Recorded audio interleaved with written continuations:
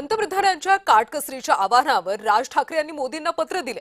देशाच्या राज्याच्या अर्थव्यवस्थेचं कंबरडं मोडून ठेवलं असं राज ठाकरे यांनी म्हटले। मोडकळीला आलेल्या अर्थव्यवस्थेबाबत का बोलत नाहीत असा सवाल राज ठाकरे यांनी विचारला।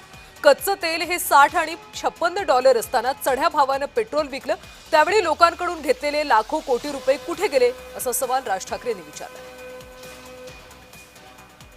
पत्रात राज ठाकरे म्हणतात, स्वतः पंतप्रधान आणि त्यांचे सगळे सहकारी देशभर काही गाड्यांचा ताफा घेऊन मिरवणुका काढतात, स्वतःवर फुलं उधळून घेतात। त्याचं काय करणार आहात आपण? चुका तुमच्या आणि त्याचा भुर्दंड जनतेला का? चुकीबद्दल दिलगिरी व्यक्त करून माझ्यासकट कुणीही असं करणार नाही असं सांगणार आहात का?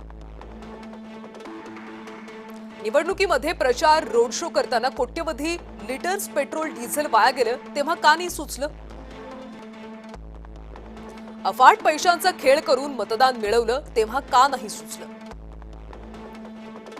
स्वतः पंतप्रधान 15 मे पासून 5 देशांच्या परदेश दौऱ्यावर निघणार आहेत। हे दौरे थांबवा, मग लोकांना आवाहन करा असं पत्रामध्ये राज ठाकरे यांनी